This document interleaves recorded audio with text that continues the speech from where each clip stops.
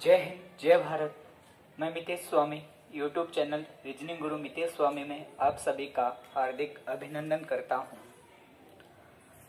जिंदगी में दलदल कितना भी आए पैर जमाए रखना, आंधियाँ कितनी भी आए हाथ उठाए रखना। कौन कहता है छलनी में पानी नहीं रुकता, बर्फ जमने तक हाथ लगाए रखना, बर्फ जमने तक हाथ लगाए रखना।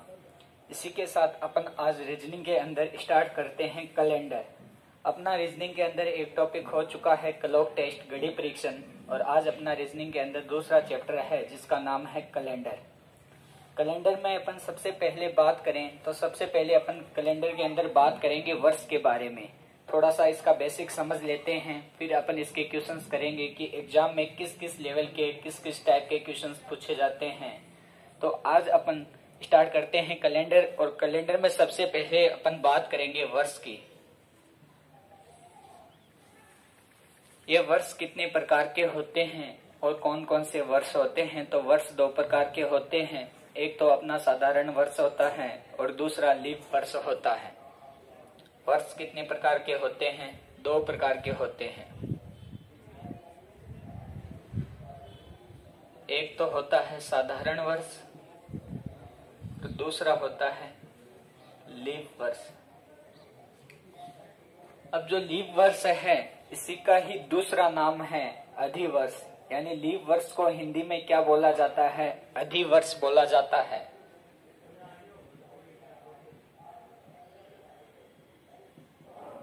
अधिवर्ष बोल दो चाहे लीप वर्ष बोल दो, दोनों एक ही बात है। तो अपन सबसे पहले बात करेंगे यहाँ पर साधारण वर्ष के बारे में कि ये साधारण वर्ष कौन सा होता है। तो साधारण वर्ष वह वर्ष होता है जिस वर्ष में 4 का भाग पूरा नहीं जाता है, अर्थात 0 शेषफल नहीं आता है। जिस वर्ष में 4 का भाग पूरा नहीं जाता है वह कौन सा वर्ष कहलाता है? साधारण वर्ष कहलाता है। यानी मैं किसी वर्ष में 4 का भाग लगाऊं तो मेरे पास में 0 शेषफल नहीं आएगा, यानी 0 शेषफल नहीं आता। इसका मतलब क्या हुआ? भाग पूरा नहीं जाता है, और जिस वर्ष में 4 का भाग पूरा नहीं जाता है तो वह कौन सा वर्ष कहलाता है? साधारण वर्ष कहलाता है। और साधारण वर्ष में 365 दिन होते हैं। साधारण वर्ष में कितने दिन होते हैं? 365 दिन होते हैं। यदि मैं बात करूं सप्ताह की, कितने सप्ताह होते हैं, तो सप्ताह में एक सप्ताह में 7 दिन होते हैं। जो यहाँ पर 365 दिन है, इनका सप्ताह बनाने के लिए मैं कितने का भाग लगा दूंगा? यहाँ पर 7 का भाग लगा दूंगा। तो साधारण वर्ष में 52 सप्ताह है, एक दिन होता है। अब जो यहाँ पर एक दिन बचा है, इस एक दिन को क्या कहा जाता है? इस एक दिन को कहा जाता है विषम दिन या अतिरिक्त दिन। यानी विषम दिन या अतिरिक्त दिन कौन सा दिन होता है? विषम दिन उन दिनों को बोलते हैं जिनका कोई सप्ताह नहीं बनता हो। क्या कहलाते हैं? विषम दिन कहलाते हैं। तो 365 में मैंने 7 का भाग लगाया तो 52 बार तो भाग चला गया और एक मेरे पास में शेष बच गया है। यानी इस एक दिन का कोई सप्ताह नहीं बनता है, तो मैं इस एक दिन को क्या कहूंगा? विषम दिन बोल दो चाहे अतिरिक्त दिन बोल दो, एक की बात है। अपन बात करते हैं अब साधारण वर्ष में जो फरवरी आती है उस फरवरी में कितने दिन होते हैं? तो उस फरवरी में 28 दिन होते हैं। यानी साधारण वर्ष की जो फरवरी होती है उसमें कितने दिन होते हैं? 28 दिन होते हैं। एग्जाम्पल में मैं बात करूं कि कौन कौन से होते हैं वो साधारण वर्ष होते हैं, जैसे 2019, 2011, 2003, 1942, ये सभी क्या है? साधारण वर्ष है। और मुझे कैसे पता चला कि ये साधारण वर्ष है? तो मैंने अंतिम 2 अंकों में 4 का भाग लगाया। यदि मैं 19 में 4 का भाग लगाऊंगा तो मेरा भाग पूरा नहीं जाएगा, और जिस वर्ष में 4 का भाग पूरा नहीं जाता है और वह कौन सा वर्ष कहलाता है? साधारण वर्ष कहलाता है। ये तो बात कर ली अपन ने साधारण वर्ष की। अब बात करते अपन लीप वर्ष की कि ये लीप वर्ष कौन सा होता है, अधिवर्ष कौन सा होता है। तो लीप वर्ष वह वर्ष होता है जिस वर्ष में 4 का भाग पूरा चला जाता है। जिस वर्ष में 4 का भाग पूरा चला जाता है वह कौन सा वर्ष कहलाता है? लीप वर्ष कहलाता है। यानी कितना शेषफल रहेगा? 0 शेषफल रहेगा। यानी जिस वर्ष में मैं 4 का भाग लगा दूंगा और भाग पूरा पूरा चला जाएगा, अर्थात मेरे पास में कितने शेषफल आएंगे, 0 शेषफल आएंगे। और 0 शेषफल आते हैं तो कौन सा वर्ष कहलाता है, लीप वर्ष कहलाता है। लीप वर्ष में यदि टोटल दिनों की बात करें तो कितने दिन होते हैं, टोटल 366 दिन होते हैं। टोटल कितने दिन होते हैं, 366 दिन होते हैं। यदि मैं सप्ताह की बात करूं तो कितने सप्ताह होते हैं, तो 52 सप्ताह है। और 2 दिन शेष रहते हैं। इन 2 दिनों को क्या कहा जाएगा, विषम दिन या अतिरिक्त दिन।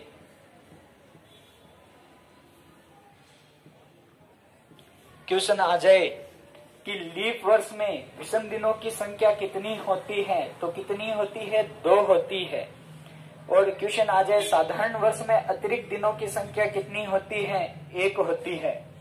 यदि मैं बात करूं लीप वर्ष में फरवरी का जो महीना होता है उसमें कितने दिन होते हैं, तो लीप वर्ष की फरवरी में 29 डेज होते हैं, 29 दिन होते हैं। एग्जाम्पल में बात करें कि कौन कौन से जो वर्ष है वह लीप वर्ष की श्रेणी में आते हैं, तो 2004, 2020, 1944, 2024, ये सभी क्या है, लीप वर्ष हैं। अब मुझे कैसे पता चला ये लीप वर्ष है, तो मैंने क्या किया, अंतिम 2 अंकों में 4 का भाग लगाया। और यदि मैं अंतिम 2 अंकों में 4 का भाग लगाता हूं और मेरा भाग पूरा पूरा चला जाता है तो वह कौन सा वर्ष कहलाता है, लीप वर्ष कहलाता है। तो यहाँ पर अपन ने 2 बातें सीखी है कि एक तो साधारण वर्ष और दूसरा लीप वर्ष, कि इनमें दोनों में अंतर क्या है। ये तो बात कर ली अपन ने यहाँ पर वर्ष की। अब अपन बात करेंगे यहाँ पर शताब्दी की।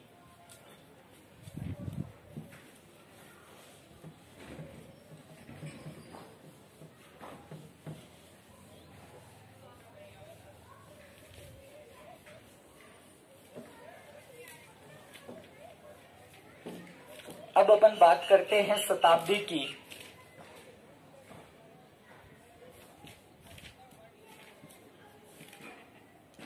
सबसे पहले क्वेश्चन ये उठता है कि शताब्दी कहते किसे हैं, क्या होती है शताब्दी। तो 100 वर्षों का समूह है, क्या कहलाता है, शताब्दी कहलाता है। 100 वर्षों का समूह है।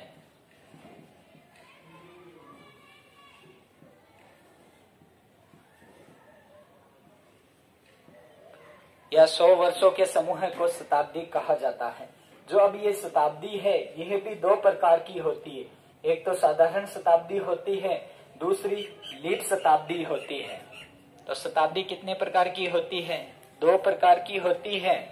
एक तो होती है साधारण शताब्दी और दूसरी होती है लीप शताब्दी।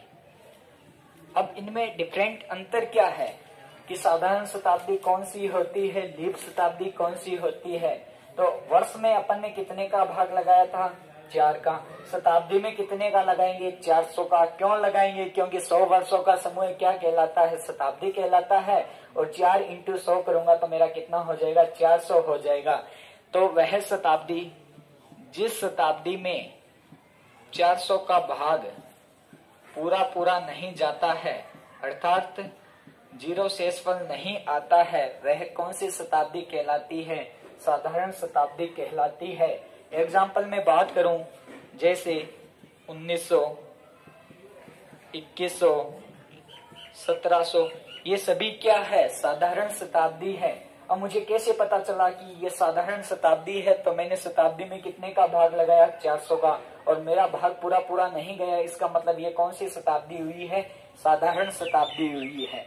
अब अपन बात करते हैं दूसरी लीप शताब्दी की, कि लीप शताब्दी किसे कहते हैं, या हम कैसे पहचाने कि ये लीप शताब्दी है। तो जिस शताब्दी में 400 का भाग पूरा पूरा चला जाता है तो वह कौन सी शताब्दी कहलाती है, लीप शताब्दी कहलाती है। तो कहने का मतलब जिस शताब्दी में 400 का भाग पूरा पूरा जाता है, अर्थात 0 शेषफल आता है, तो वह कौन सी शताब्दी कहलाती है, लीप शताब्दी कहलाती है। एग्जाम्पल में बात करूं मैं जैसे 2000, 2400, 1600, ये सभी क्या है, मेरी लीप शताब्दी है। कैसे पता चला ये लीप शताब्दी है? तो मैंने शताब्दी में कितने का भाग लगाया है, 400 का भाग लगाया है और भाग पूरा पूरा चला गया, अर्थात मेरे पास में कितना शेषफल आया है, 0 शेषफल आया है। इसका मतलब ये कौन सी शताब्दी है, लीप शताब्दी है। अब यहाँ पर एक महत्वपूर्ण क्वेश्चन उठता है, तो जो अब चीज बता रहा हूं उस चीज को ध्यान से समझना। वेरी वेरी इंपॉर्टेंट चीज बता रहा हूं आपको, बहुत फोकस करना। कई स्टूडेंट इस चीज पर जो अभी जो लाइन लिखवाऊंगा उस लाइन पर कंफ्यूज हो जाते हैं। तो देखो आपको दो बातें बता रहा हूं यहाँ पर।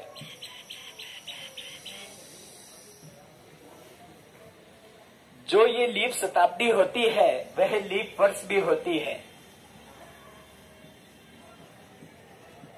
लीप शताब्दी, लीप वर्ष भी होती है।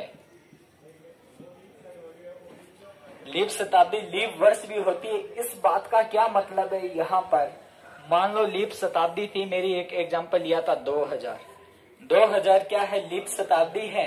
अब जो 2000 ये वर्ष है, इसमें जो फरवरी का महीना आया था उस फरवरी में कितने दिन थे, 29 दिन थे। अब मुझे कैसे पता चला कि इस फरवरी में 29 दिन थे, क्योंकि ये लीप शताब्दी है।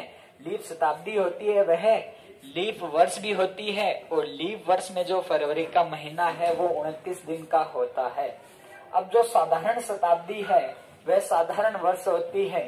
जैसे एग्जांपल लेता हूँ साधारण शताब्दी का 1900।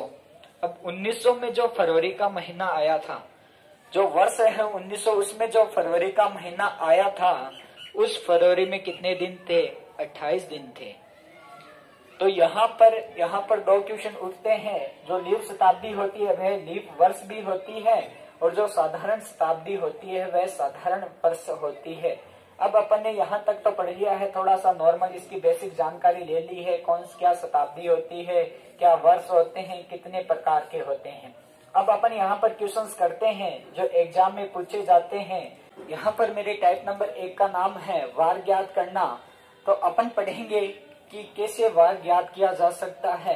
अपने को कोई भी तारीख दे दे एग्जाम में, अपन उस तारीख का वार ज्ञात कर सकते हैं। आज से 100 साल पहले की, 150 साल पहले की कोई भी तारीख दे दे, उस तारीख का अपन वार कैसे ज्ञात करें, उसका क्या कॉन्सेप्ट है। तो देखो दोस्तों, आपको कुछ एक कोड याद करने होंगे। यदि अपने को कोड याद है तो अपन आसानी से उस दिन का वार ज्ञात कर सकते हैं। उस तारीख को क्या वार था वह आराम से ज्ञात कर सकते हैं। तो वार ज्ञात करना में आपको 3 चीजों के कोड की आवश्यकता पड़ेगी। आपको 3 कोड की आवश्यकता पड़ेगी। यानी सबसे पहले अपन बात करते हैं, पहला मेरा पॉइंट है दिनों के कोड। दिनों के कोड तो कितने दिन होते हैं, कितने वार होते हैं, 7 वार होते हैं। कौन कौन से, रविवार, सोमवार, मंगलवार, बुधवार, गुरुवार, शुक्रवार और शनिवार। अब इनके कोड मेरा क्या होगा, सबसे पहले कौन सा वार है, रवि। तो सबसे पहला रविवार है तो मैंने इसको कोड दे दिया 1, दूसरा सोम, तीसरा मंगल, चौथा बुध, पांचवा गुरु, छठा शुक्र और जो अब ये लास्ट में शनिवार बचा है इसको मैं कोड दूंगा 0। यानी लास्ट जो वार है शनिवार उसको मैंने कोड दे दिया है 0। तो रविवार का कोड यहाँ पर 1 हो गया है, सोमवार का 2, मंगल का 3, बुध का 4, गुरु का 5, शुक्र का 6 और लास्ट में शनिवार का कोड कितना हो गया है, 0 हो गया है। अब यहाँ पर एक आपके माइंड में आ रही होगी एक बात कि सर रविवार का कोड 1 लिखाया है, कई बुक्स में रविवार का कोड 0 लिखा हुआ है, कई टीचर्स भी रविवार का 0 कोड करवाते हैं। तो वो भी उनकी सही बात है, वो भी सही है, ये भी सही है। यहाँ पर इसमें आपका थोड़ा सा डाउट क्लियर कर देता हूँ। सब टीचरों के अलग अलग कॉन्सेप्ट होते हैं, उनके लिए अलग अलग कोड यूज किए जाते हैं। तो यहाँ पर जो अपना कॉन्सेप्ट रहेगा उसके लिए उपयुक्त कोड यही है। तो ये भी सही है कोड, और जो आपने यहाँ पे कहीं पर और पढ़ा हो तो वह कोड भी क्या है, बिल्कुल सही है। तो अपन देखते हैं, 1 नंबर अपन ने बात कर ली दिनों के कोड की, 2 नंबर अपन बात करते हैं शताब्दी कोड की। शताब्दी कोड जो ज्यादातर क्वेश्चंस आते हैं एग्जाम में 1800, 1900 और 2000 शताब्दी में से ज्यादातर क्वेश्चन पूछे जाते हैं। कौन कौन से शताब्दी? 1800, 1900, 2000। तो इनके कोड क्या होंगे? 206। तो 1800 के कोड कितने होंगे? 2, 1900 के 0 और 2000 का कोड क्या हो गया? 6 हो गया। अब इनको याद कैसे करें? तो देखो, इनको एक पैर में याद कर लो, 206। अपने शरीर में कितनी हड्डियां होती है? साइंस का क्वेश्चन है। तो कितनी हड्डियां होती है? 206। तो 1800, 1900, 2000 के कोड क्या हो गए? 206 हो गए हैं। यदि मैं इससे ऊपर वाली यानी इससे पहले वाली शताब्दी लेता हूँ 1700, तो इसका डबल कर दो, 2 का डबल क्या हो गया है? 4 हो गया है। अपन ऊपर की तरफ जाते हैं तो थोड़ा ज्यादा जोर आता है अपने को, यानी अपने को डबल एनर्जी लगानी पड़ती है। तो अपन ने 2 का क्या कर दिया? डबल कर दिया। तो यहाँ पर कितना आ गया है? 4 आ गया है। अब आपके माइंड में क्वेश्चन उठ रहा होगा कि मान लो एग्जाम में कोई क्वेश्चन आ गया 1500 वाली शताब्दी का या 1400 वाली शताब्दी का, तो उसको कैसे हल करें? आपने तो 4 ही बताए हैं, 1700, 1800, 1900, 2000। तो वह क्वेश्चन भी आपसे आराम से हो जाएंगे। अब जो बात बता रहा हूं उसको ध्यान से सुनना। यदि मैं किसी शताब्दी में 400 का भाग लगाता हूं और भाग लगाने पर मेरे 100 शेषफल आ जाते हैं, तो उस शताब्दी का कोड क्या होगा? 4 होगा। यदि भाग लगाने पर 200 शेषफल आ जाते हैं तो उस शताब्दी का कोड क्या होगा? 2 होगा। यदि भाग लगाने पर 300 शेषफल आ जाते हैं तो उस शताब्दी का कोड 0 और 0 शेषफल आ जाए तो उस शताब्दी का कोड क्या हो जाएगा? 6 हो जाएगा। तो देखो, आप मान लो एग्जाम में क्वेश्चन आ गया 1400 शताब्दी का कोड अपने को मान लो काम में लेना है, तो 1400 का कोड क्या होगा? तो मैं शताब्दी है कितने का भाग लगाऊंगा? 400 का। 400 का भाग लगाया, कितना शेषफल आया? 200 शेषफल आया। तो 200 शेषफल पर कोड क्या होता है? 2 होता है। मान लो क्वेश्चन में आ गया है 1200 कि 1200 का कोड क्या होगा? तो 1200 में मैं 400 का भाग लगाऊंगा, कितना शेषफल आएगा? 0 शेषफल आएगा। और 0 शेषफल पर कोड क्या होता है? 6 होता है। इस तरीके से अपन 1500, 1400, 2100, 2400, 2500 कौन सी भी शताब्दी का अपन कोड आराम से निकाल सकते हैं। तो अपन ने यहाँ पर 2 बातें सीख ली है, 1 नंबर दिनों के कोड और 2 नंबर शताब्दी कोड। अब करते हैं 3 नंबर बात की, तो वह अपन बात करेंगे वर्ष के लिए कोड।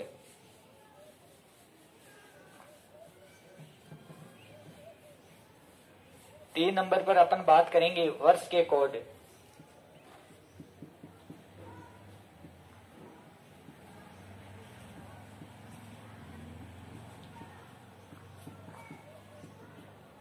तो वर्ष कितने प्रकार के होते हैं? 2 प्रकार के होते हैं, साधारण वर्ष और लीप वर्ष। तो इन दोनों के कोड अलग अलग होंगे। सबसे पहले मैं बात कर रहा हूं साधारण वर्ष के लिए।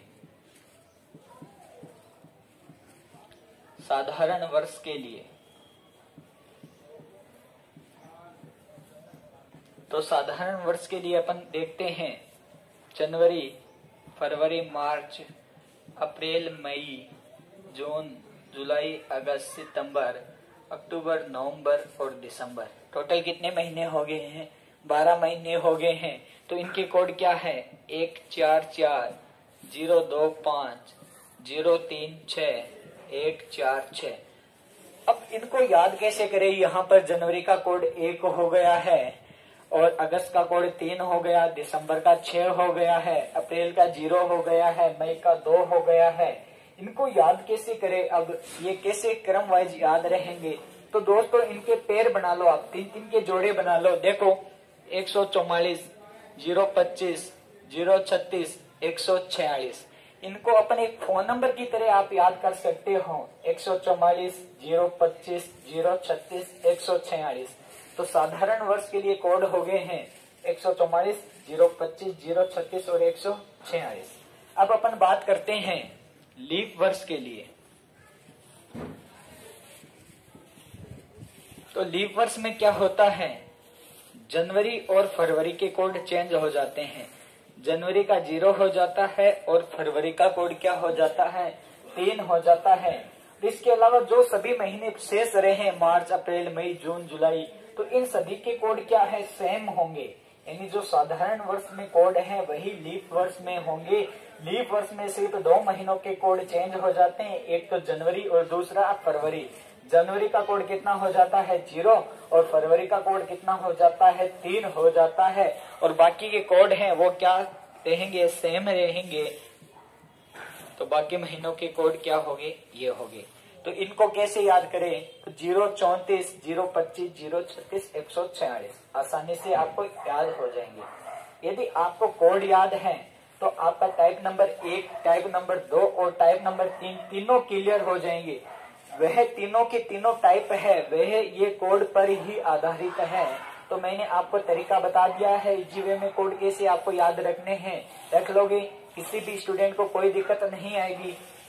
तो अपन यहाँ पर अब सीखते हैं कि वार कैसे ज्ञात किया जाता है, इसका क्या कॉन्सेप्ट है।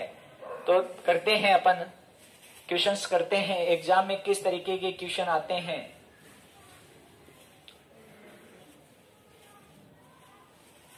सिंपल सा क्वेश्चन लेता हूं एक,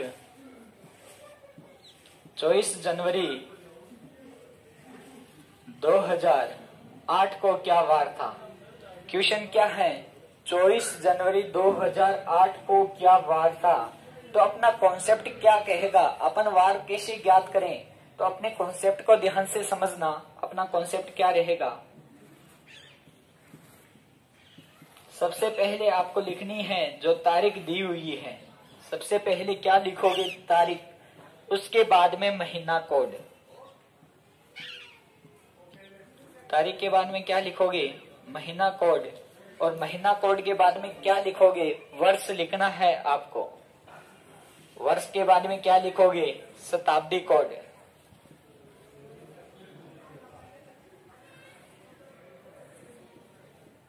और शताब्दी कोड के बाद में क्या लिखोगे आप, अधिवर्ष। और इन सबको जोड़कर कितने का भाग लगाना है, 7 का भाग लगाना है।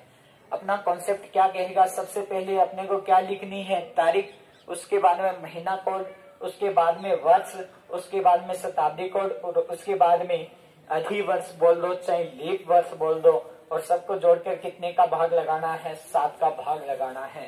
तो अपने को यदि टाइप नंबर 1 आएगा तो टाइप नंबर 2 सेम ही है। टाइप नंबर 1 की तरह ही आपका टाइप नंबर 2 है। यदि आपको टाइप नंबर 1 आता है तो आप आराम से टाइप नंबर 2 कर सकते हो, कहीं कोई दिक्कत नहीं आएगी। यदि आपको टाइप नंबर 1 नहीं आता है तो आपसे टाइप नंबर 2 भी नहीं होगा। तो इस चीज को आप आराम से समझना, बिल्कुल ध्यान देकर समझना कि इस कॉन्सेप्ट को इस क्वेश्चन के ऊपर अप्लाई कैसे करें, इस क्वेश्चन के ऊपर इस कॉन्सेप्ट को अप्लाई कैसे करें। तो सबसे पहले आपको क्या लिखनी है, तारीख लिखनी है। तो यहाँ पर तारीख कितनी दी हुई है, 24।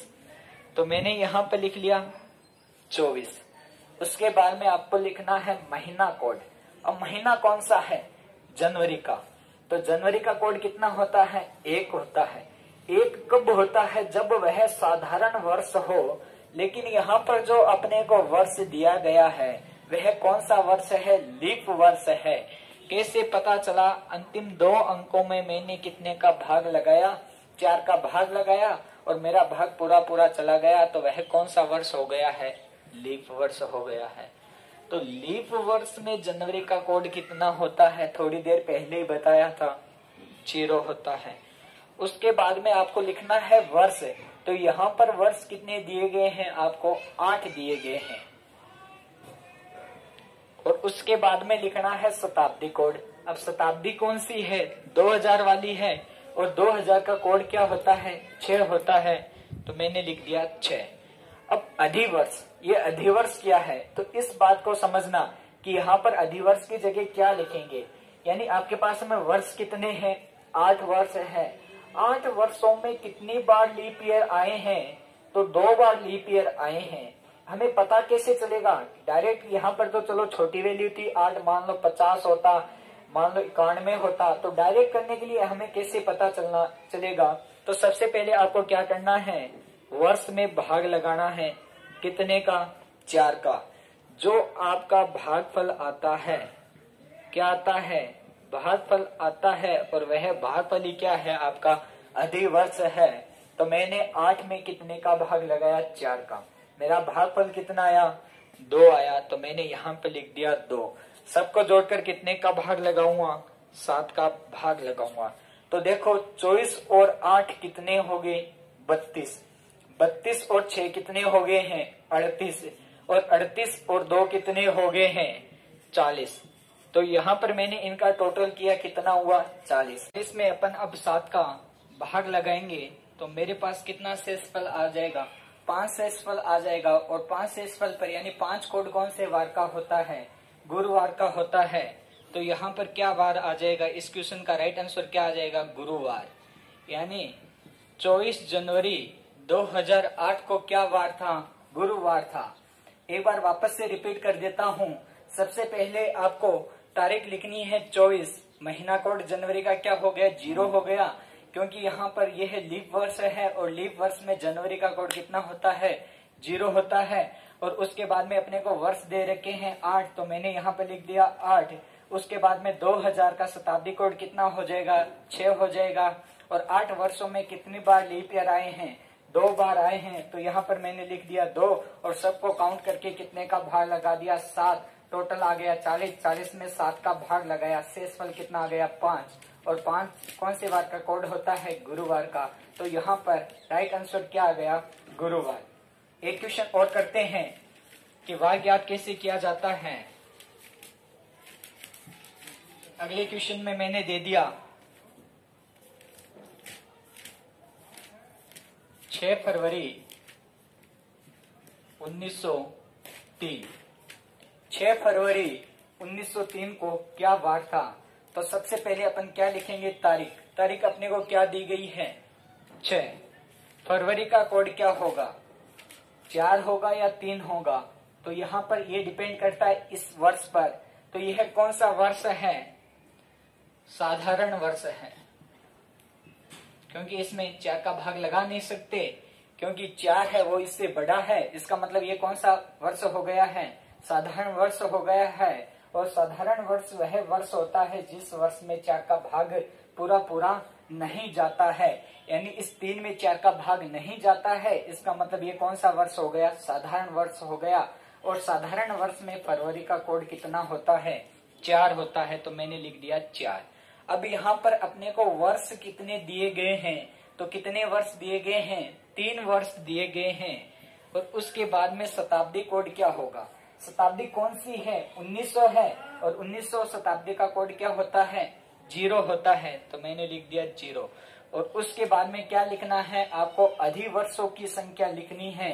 तो 3 वर्ष में कोई अधिवर्ष नहीं आता है, यानी अधिवर्षों की संख्या क्या हो गई? यहाँ पर 0।